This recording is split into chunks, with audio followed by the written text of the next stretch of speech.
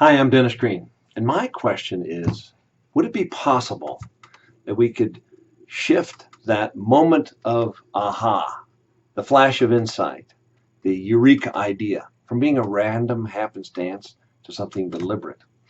I'm obsessed with this subject because I had a flash of insight once, and it was when I was riding a motorcycle across Africa and I encountered a pack of baboons as I was driving 100 kilometers per hour on an oceanside cliff road as I came swooping around this long turn.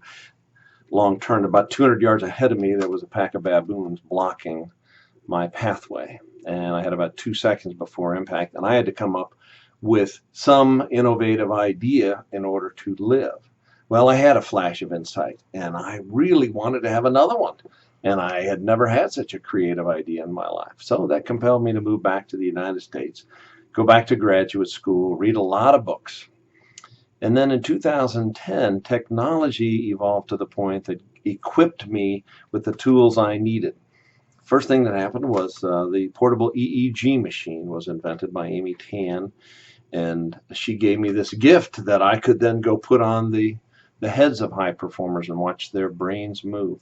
And also the Nobel Prize winning work of Daniel Kahneman, that he wrote the book Thinking Fast and Slow. That helped me better understand the relationship of our instincts and our intuition to the prefrontal cortex and that relationship.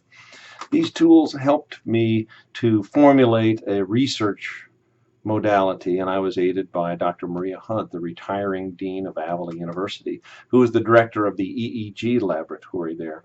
So together we interviewed 50 high performers who had consistent, spectacular outcomes in their lives. We had a Guggenheim Fellow, the founder of H&R Block, an AIGA Fellow, a NASA engineer who invented the rotating heat shield for Apollo 13 and then went on to found 2 Fortune 500 companies, a CEO who grew their company from $5 a share to $100 a share, and he's the fellow who invented the high-speed unloader and the Panama Canal Railway, a CEO that grew their company from $4 billion to $8 billion, an engineer who holds 9 patents, a young woman who's a composer who has presented her creations at Carnegie Hall, a 5-time national heavyweight boxer who used this for his boxing strategy and then went on to create a stand-up comedy career, a SAP software designer who was revolutionary, artists, sculptors, painters, writers. And it was very interesting. They didn't know each other, but they all had the same 3 cognitive strategies. Now, this was highlighted to us when we compared those to our 50 interviews from our control group. The differences were radical. And they were a bit sheepish as I interviewed these spectacular people. They said, really, I've never talked about this with anyone before, so forgive me for my lack of clarity. All the while, I was reveling with how exciting this was and how exciting these people were and how consistent these 3 cognitive strategies were. Well, our discovery, our research methodology, we had it published in the International Journal of Innovation, Education, and Research, Volume 5, Number 8. And when after that was done, I started looking at biographies for evidence of the same 3 cognitive strategies. And we went back, way back in time, and we found another 100 high-achieving, creative, innovative people, going back to Hammurabi in 1700 BC, and his innovative process is portrayed in that obelisk that has his rule of law from 1700 BC. It is portrayed in sculpture. It's incredible.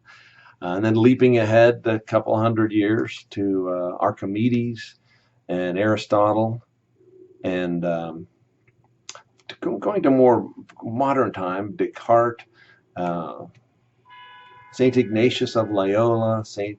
Augustine, and then just within 100 years ago, Ben Franklin, Mark Twain, Richard Sears of Sears and Roebuck, Thomas Edison, Tesla, Margaret Mead, Hemingway, and then living today, Richard Branson, Stephen King, and Seinfeld. And they all shared that same cognitive set of strategies. And I've used this in my life to write 4 books, start a new business, and do stand-up comedy. And I want to share that with the whole world. So that's why I want to do a TED Talk. Thank you.